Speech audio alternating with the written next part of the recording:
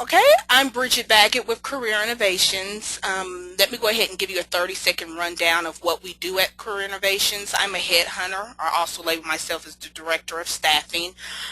What we do here, we do staffing far as for hard to fill positions. We do headhunting. A lot of our methods that we use are non-traditional. We use unconventional ways to find some of our top talent. We're very innovative, use some tools that are out there that may not be made for recruiting, but we find ways to incorporate them in our recruiting process.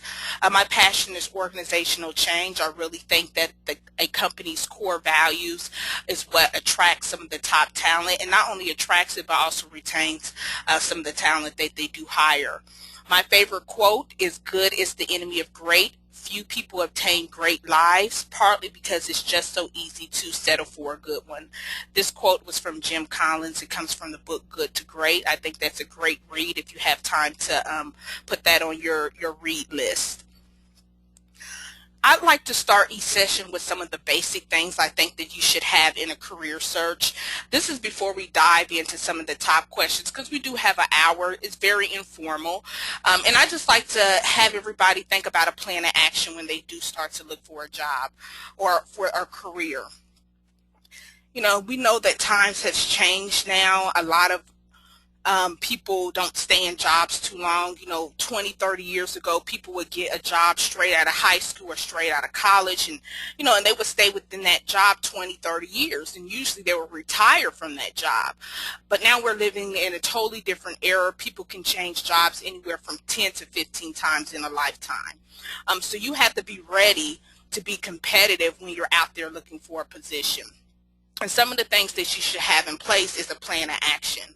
And I think the components in the plan of action are shown on this slide. Before you get started with your plan of action, or before you start to go out there and just start applying to jobs, you really want to take some type of soul searching and find out what you truly want to do.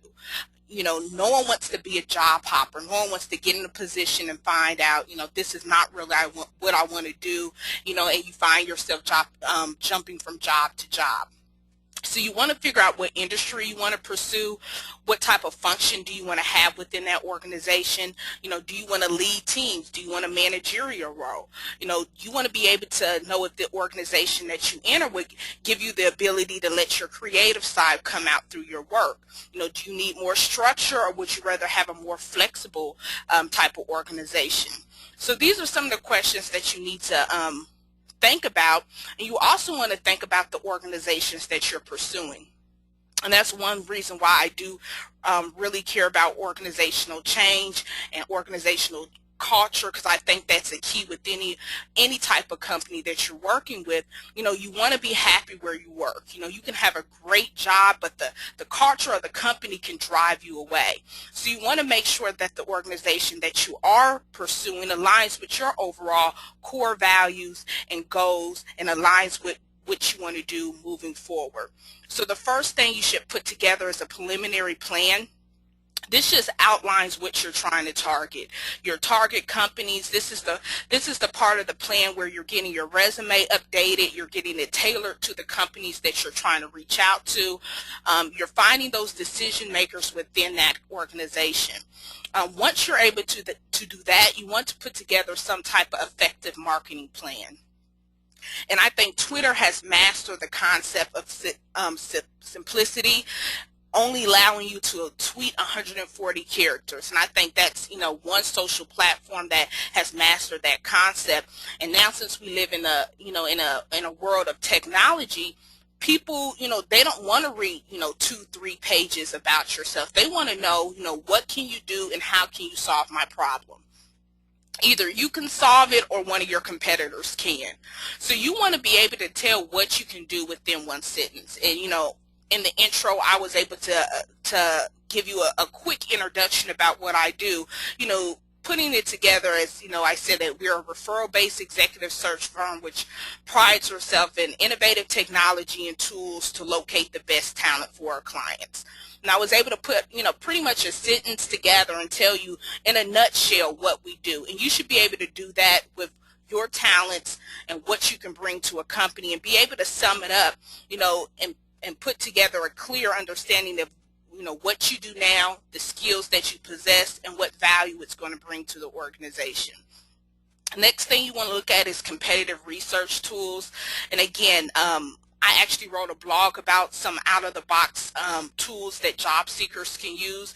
And this is beyond the job boards. And I think the actual title of the of the blog is either Beyond the Job Boards, and that was one about the searching online for jobs, and also cool tools that job seekers can use. And these aren't your typical tools. These aren't your Career Builder, your Indeed, your Simply Hire, your standard job boards or job board aggravators.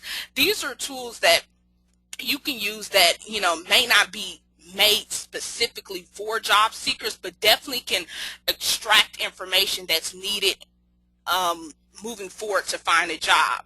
So you want to look at the different technologies that are out there that you can incorporate in your plan, and it doesn't always have to be the typical job boards, and that's why I try to get a lot of candidates to think outside the box, especially within the industry they're searching. What other ways can you get the attention of job seekers besides applying online?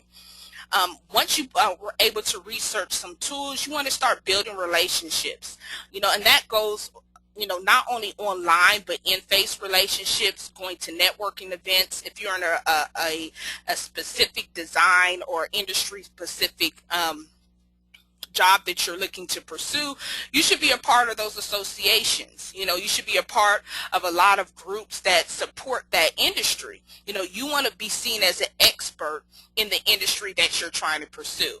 So that's one thing that you want to start doing, is starting to build relationships now.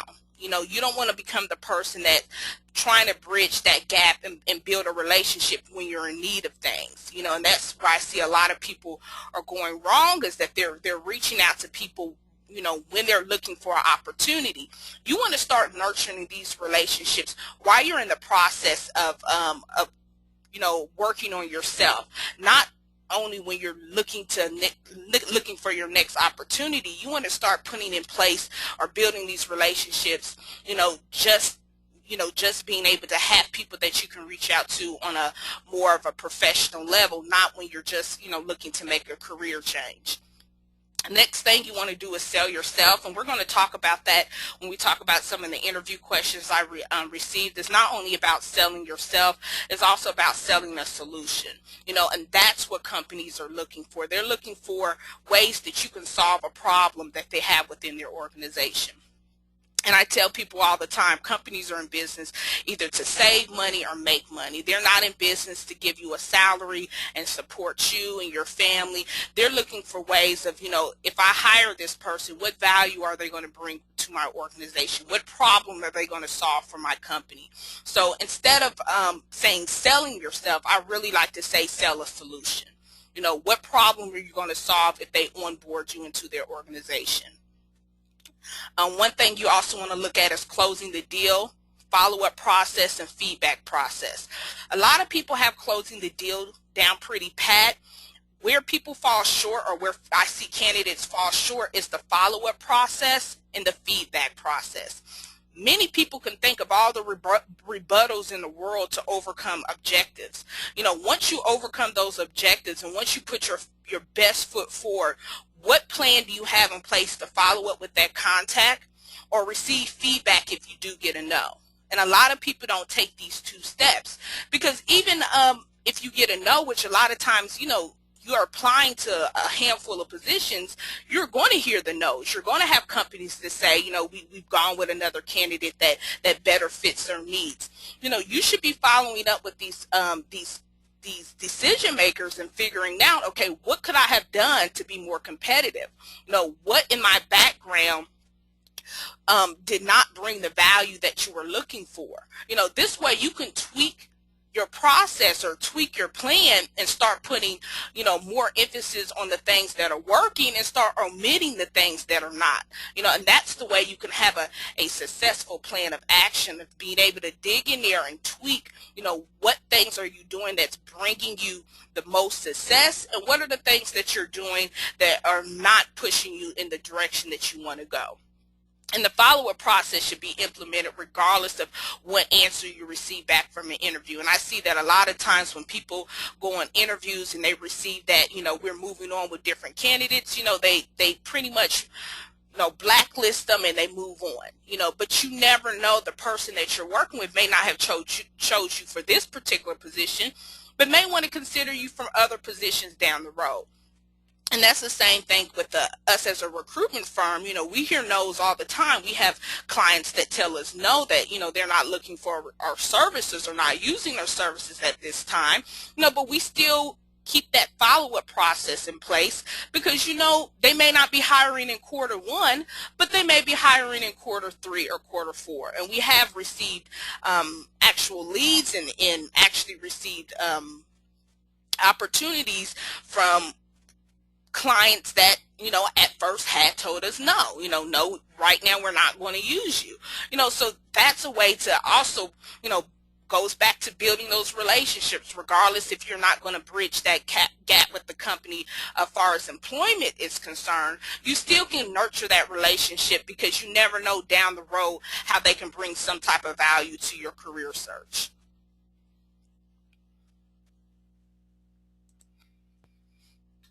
The first question is, how do I sell myself to employers? Pretty much interviewing techniques. I like this quote, there's no security in life, only opportunity. And that can be, that's just so true when I make that statement. When you have an opportunity, it doesn't guarantee anything. All it does is guarantee that you have an opportunity that you need to pursue. And that's what an interview is. Even as a headhunter and as a recruiter, I don't guarantee any of my candidates a job. I can't. I'm not that decision maker that is the one giving out the job offers or the career offers. All I can do is create an opportunity. You have to put yourself in a position to take advantage of that opportunity. And that's all an interview is. It's an opportunity to showcase yourself. And how you showcase yourself will determine whether or not you're going to move forward with that interview or move forward with the hiring process, or if you're going to be cut off short. And once again, it goes back to selling a solution. Not only selling a solution, you want to be a solution. So when you're in interviews, this goes back to the first slide that we went over, having your plan together. When you're researching these companies, and I'm pretty sure before you go on a face-to-face interview, you've researched the company. You know who their competitors are. You know what type of culture they have. You've probably looked at some of the main players in the organization, and if you can, you probably looked at the person that'll be interviewing you as well. So when you're out there doing the research on these companies, you also want to look for certain things that can be resolved. And more likely, if they're looking to hire someone, they have a problem. And I don't want to use the word problem because problem can be subjective. We're not talking about like a dilemma. It may be something that needs to be, resolved, people that need to be managed, a process that needs to be streamlined. It can be any of these things that they're looking to hire someone to do. So once you can figure out what you're going to be hired to do, and a lot of these things are embedded in the job description, a lot of these things are embedded in newsletters. If you're following this company, you should be looking at newsletters, you should be looking at press releases, because if a company is, launching a new product or new service, there's a problem in itself. They're getting a new product or service out to market. Their problem would be, how are we going to get these, get our audience or our target market to buy into this new service or product? So if you are a marketing professional, that could be, you could be the solution for that. So it's thinking outside the box and looking at things that the company is going through and the organization is going through and finding out how you can resolve that problem. And this is going to be revealed to you once you do that research. So once you're able to identify the problem and somewhere in your experience, somewhere in your background, somewhere in your work ethic, you've done something to be a solution, you want to be very specific with that. You want to come across as an expert, which means that you're going to ask the tough questions. We're going to go into some of the questions on the next slide that you should be bringing up in interviews, but you want to be very specific with your solution. And what I mean by that, you want to be able to articulate what you've done for past organizations, and also emphasize any type of quantitative data that's involved. And a lot of people fall short on this as well. They're so zoomed in or so focused on the task. And I've seen so many resumes that are filled with, this is what I did, and it's pretty much nothing but job duties. And if you think about it, that's what you were hired to do. You were hired to do these things. What did you do, or what value did you bring to this organization that you weren't just hired to do? So that's when we talk about solutions.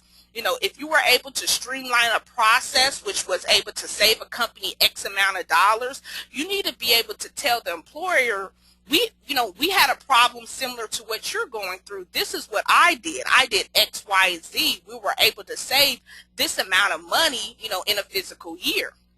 So you want to be able to emphasize past solutions that you implemented in past organizations that you work for. Another thing that you can come to your employer with is a 3-6-9 month plan. I don't know how, if people put together portfolios. I encourage people to put something tangible together when they go to a interview other than your resume, because guess what, they already have your resume. So a lot of people bring their resume, which I really encourage that you do still bring a copy of your resume, but you also want to bring something to show what you can do for their organization. And I think a 3-6-9 month plan is something that you can put together almost as a blueprint of what type of plan you have in place to fulfill the role that they're hiring for. A lot of people use a 30, 60, 90-day plan. I'm pretty sure you heard of that. I think a 30, 60, 90-day plan is unrealistic. And the reason why I say that, you have to ask yourself, what can you possibly do in the first 30 days that's going to be so dramatic that leaves a lasting impression or a lasting impact on an organization? Most of the time, the first 30 days, you're getting settled in, you're getting on pay. I know some people don't get a paycheck until, 3 to 4 weeks down the line. You're just getting on their payroll. You're really not doing anything innovative in the first 30 to 60 days. So I think that a 30, 60-day plan is unrealistic. That's why I like to put together a 3-6-9 plan, because within the first 3 months, which is the first 90 days, most companies have you on a probationary period as well.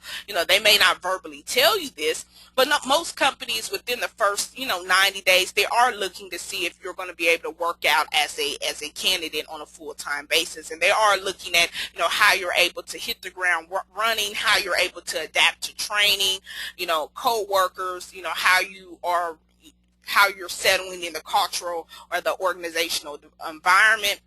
So these are the things that they're looking at. So I think within 3, 6, 9 months, you're able to put together something, or at least implement the plan that you illustrated to them in the interview. And again, on that plan, you want to have realistic goals. It's nothing worse than to tell someone that, I had this great solution, I was able to increase sales by X, Y, and Z, but they don't tell you how. The how is what makes it real. When you can articulate how you did something, that makes that solution more real than just saying that you did it. Companies, they love to hear these big numbers. They love to hear these over-the-top figures. But at the end of the day, they want to know, how did you do it? How did you make this work? And my mom used to say, the devil's in the details. They want to know the details. They want to know how you were able to implement this, how you were able to, bring this company to this new innovative level. So you want to also put in your 3-6-9 plan not only what you can do, but how you're going to do it. What tools are you going to use? What technology are you going to use? Are there any training involved? What are the things that you're going to do to move the solution to be a reality, more than just, this is what I think will work, or this is what I can do, how we're going to make that happen. So that's one thing that you want to also include in any type of portfolio. It doesn't have to be a 3-6-9 plan, but anytime that you're laying down goals for an organization, you want to be able to incorporate in there the how. And you need to answer that question, how are you going to do it? The next thing we're going to look at, what are some engaging questions I should ask in an interview to show interest? I look at an interview as a two-way street. It's not just an employer or a human resource manager or a hiring manager sitting there, telling you about the position. Normally that happens over the phone. Normally you're getting to know more about the position, especially if they've done a phone interview or a phone screening first. They giving you a general overview of what the position is, what they're looking for, the type of candidate they're looking for. Normally that's revealed to you, before you even move forward with a face-to-face. Because again, there's so much technology out there. People are using Skype now. People are using different web apps and video cams to do, their screening calls, because especially if they're going to, fly someone in, if this person's not even local, they want to make sure they're going to invest their dollars wisely. So a lot of times people take phone screens pretty seriously. So if you do make it to a face-to-face, you want to be able to come with some questions that are going to allow the employer to know that not only you're engaged, but you're looking to actually give input into any type of problem that they need resolved. So again, an interview is a two-way street. You should be asking questions. The employer typically will provide the opportunity for you to ask questions either after they, review the concept or a particular task that you'll be doing. And most of the time they may wait until the end of the interview as well. But I know some interviews, as they're going over different tasks, they will ask for your input, or they will ask if you understand. And if they ask if you understand, that's just a nice way of saying, do you have any questions? So always be prepared to ask questions. I think having no questions sends a signal that, you don't either have an independent thought process, you're ill-prepared, which means you didn't do any research on the organization, so you really don't know what to ask, or, it may be a combination of both. But at the end of the day, if you don't ask any questions, or you're asking some questions that already been reviewed either in the phone screen or with the typical overview, they're also looking at this as that you're not even interested, or they show that, not being engaged is a way of, you're just checking out the market. You really don't intend on pursuing the job opportunity. Because most people that they're interviewing and they really are excited about the job, they come with questions. So one thing you can do is practice. I think that mock interviews are great. You can practice with colleagues, friends, family members. I personally, when I do my sessions or some of the big workshops that I do, I record myself beforehand. And the reason why I record myself, because I want to make sure that not only am I recovering the material, but I'm also getting the message across effectively. So you want to take time to prepare yourself with others, and start, asking some of the questions as how you think other people will feel about, a question that you may have to ask. And the first thing you want to do is also listen. Some of the questions that you may want answered may be actually covered throughout the interview. And that's one thing that you also want to do. Make sure that you're listening to everything that they're having. Of course, you can ask them to elaborate on a particular point, but the last thing you want to do is to ask a question that they already answered. Know the nature of the organization and the appropriate terminology. Again, that goes back to knowing your audience. Again, not all organizations or companies are called companies, so you want to make sure, how they label themselves or how they identify themselves. Make sure that you've done your homework, and prioritize your questions based on the interview situation. So you don't want to start asking about salary or asking about something of that nature if that's not brought up. And a lot of people may jump the gun and ask some of these questions beforehand, and they can also look desperate at the same time. So you want to make sure you're prioritizing your questions based on the situation. It's highly unlikely that you would enter an interview without having some questions come up, or questions that you may not have thought of. A lot of people ask how many questions you should ask. There's no set number. There's no formula out there. It really depends on what you need to know. Let's look at some of the questions that are on this slide. The quote I have on here: to succeed, jump quickly at opportunities as you do at as you do at conclusions. So, a lot of people jump to conclusions. A lot of people read a job description and think they know what the job's supposed to do or what the job's supposed to entail, but you never know unless you ask the questions that need to be asked.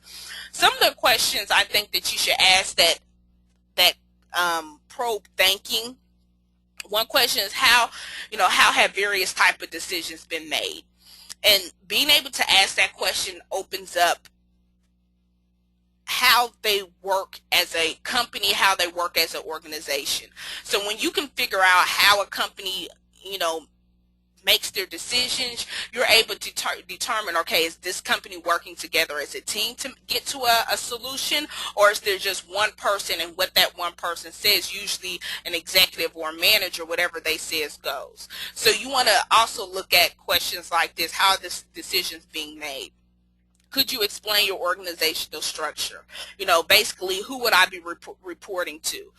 What are some of the duties of who you will be reporting to? Because that also would give you insight on your caseload. If my manager is working on this, what would I be working on?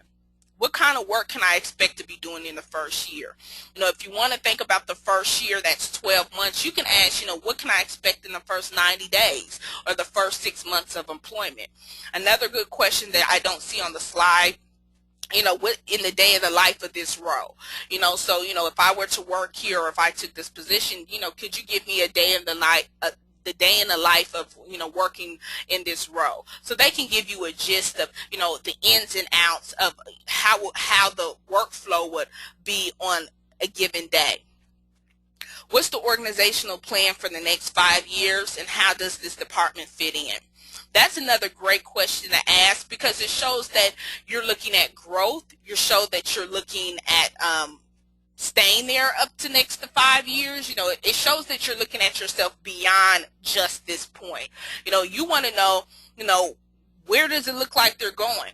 Also, that also opens yourself up to other career opportunities internally. When you ask questions about where they see themselves, you want to figure out, where do I fit in the big picture? Is there opportunity for growth? If I come in at this role, and if you guys are expanding in the next 5 years, where does that place me? Where does that place the department that I'm getting hired in? So again, you want to ask some forward-thinking questions. These aren't the same, how much is the base?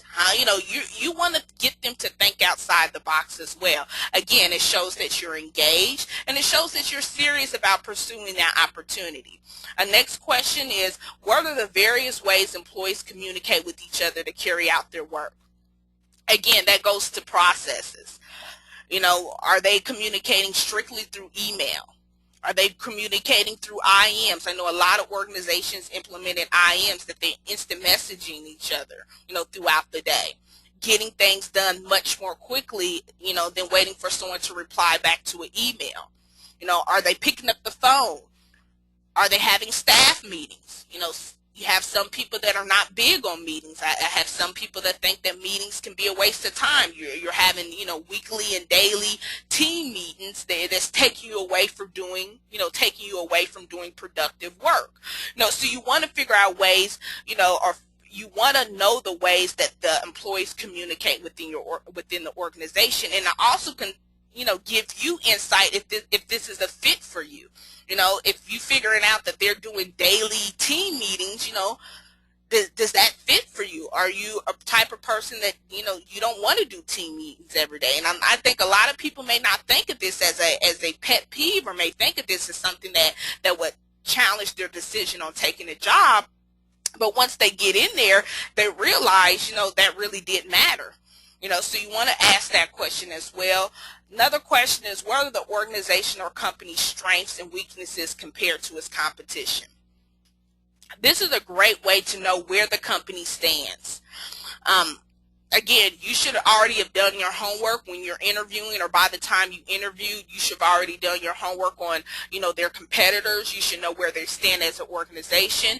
And I think that exposes that you've done your homework by asking them what's their strengths and what their weaknesses are.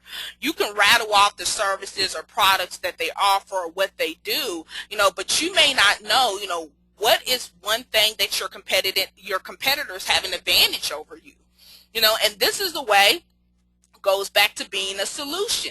This is the way when you find out some of their strengths or some of their weaknesses, you can implement ways to be a solution for their weaknesses. If they say that, right now that, their competitors are either outselling them or they're expanding a little bit faster than they are, and if your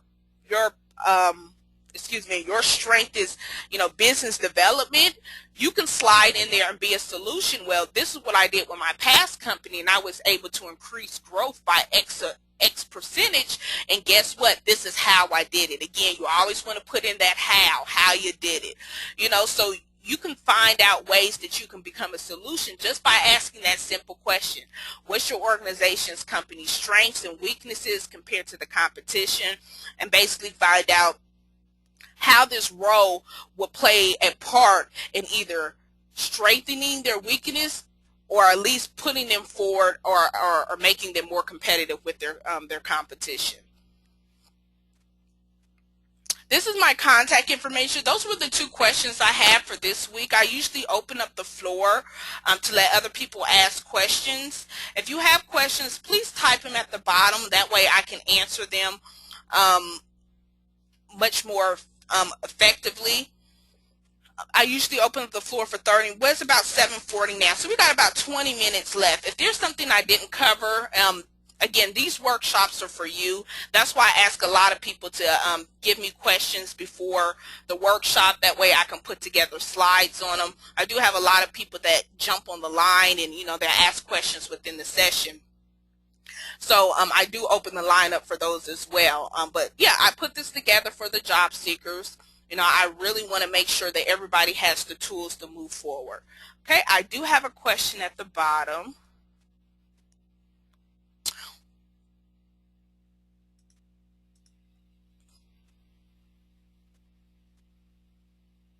Okay, I had someone that asked, are these questions appropriate to ask during a phone screen? Okay, during a phone screen, when you have a phone screen, normally they're usually asking most of the questions during the phone screen. As a recruiter and as a headhunter, I do this. You want to make sure that the person you talk to aligns with the overall requirements of the job.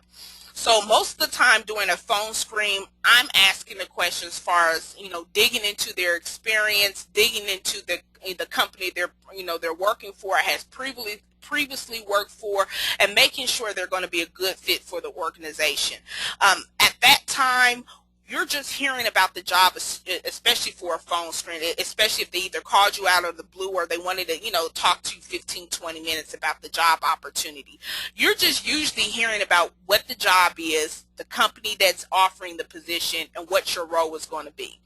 So at that point, you don't have enough insight to start asking questions about, their weaknesses and their strengths and, where will the department be in 5 years.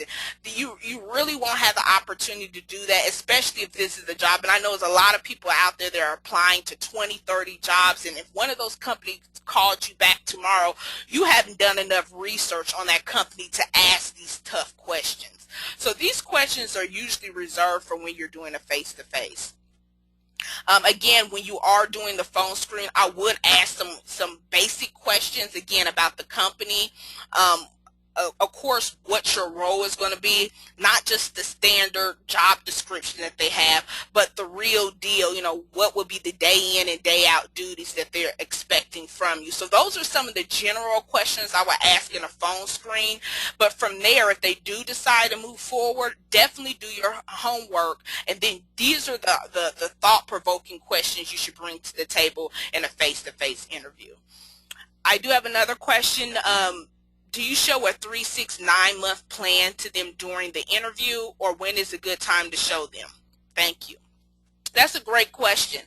When you put together your 3, 6, 9 plan, I usually will reserve that either following the interview or during the interview in which you're asking questions. That way, when you're asking questions and they're giving you answers, you can incorporate some of the solutions that you hopefully will have in your 369 plan that you can go over together. Because you don't want to take up too much time following the interview to go over your entire 369 plan, but I definitely would give them, of course, when you go into the interview, you're going to be introducing yourself, shaking the hand. Normally, the interviewer is going to do an overview about themselves, who they are in the company. Normally, they start out just like I did. Hey, I'm Bridget Bag, and I'm the director of recruiting. They're going to do a quick intro of themselves, a quick intro about the company, and by that time, you've already exchanged your resume, and on top of your resume, you should be exchanging something tangible, like I said, the 369 plan. As they go more into the interview, they're telling you a little bit about it. They're asking you questions about yourself and your experience, and and you're asking them questions. What you should do when they start to ask, when you start to ask your questions, you should start incorporating some of the solutions you got on your 369 plan. What that's going to have them do is going to direct their attention to your 369 plan. So they're indirectly reviewing your plan at the same time as answering the question you just asked, if that makes sense. So that's how you're going to incorporate that. So your questions will revolve around some of the things you have in your 369 plan, and that way, once you direct those questions to them, you're going to point out some things on the 369 plan, which is going to direct them to review that at the same time. So that way, you're not using a totally different separate time or totally additional 15, 20 minutes just to talk about your 369 plan. That would be done as you're talking about some of the questions and some of the expectations of the job. And I've seen a lot of people get great, get great traction, because what'll happen if the employer is very impressed with the plan, they're going to start asking you questions about your plan. That's what's going to happen. It's going to end up becoming reversed, and they're going to start looking at some of the things you have in your 369 plan, and they're going to start asking you questions about that. And that way, you're going to be able to sell the solution. That goes back to selling the solution on the 369 plan. Now you've not only become an applicant, you have demonstrated yourself as a consultant or as an expert in that industry. And that's what you want the employer to see you as, an expert in the position they're hiring or interviewing you for. Okay, do we have any more questions? I hope that answers your question. Okay, another question is, if you aren't able to ask some of the hard questions or your interview is not that long, how can you incorporate these questions? Should you follow up in an email? That goes back to when we initially went over the follow-up plan. If there's some questions that you weren't able to ask and you truly want to know the answer to, I would incorporate that in the follow-up. And that goes back to, following up with these employers once you finish the interview, not just waiting on a response, not just waiting on, did I get the job, but actually engaging them throughout the entire process. So if there were questions in there, just because it may have been short of time, because you have had interviews that they have a certain amount of time because they're interviewing other candidates throughout the day, I definitely would follow up with some of the questions that you truly want to answer to in the email. Again, that's going to show that you're engaged. It's going to show that you really are taking this opportunity seriously. And the beauty of it is that you're going to be exchanging dialogue with the person that makes the decision.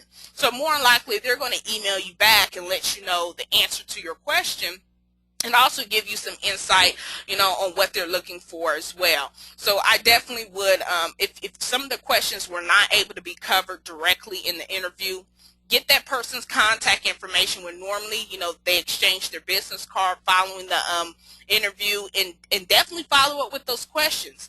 Also, in your follow-up, make sure you're sending thank you cards. Not just thank you emails. I think that that's going to make a huge impact. I know we're in this technology-driven society, but send a actual tangible thank you card with the stamp. That would do wonders for the employer, being able to get something tangible in the mail, showing that they were at least worth a thank you card. So send a thank you card. You can do a follow-up with the email, but show that you genuinely, are appreciative of their time by sending an actual card. Okay, I don't see any more questions down here at the time. We had a great session. Let me see if I do see any more questions at all.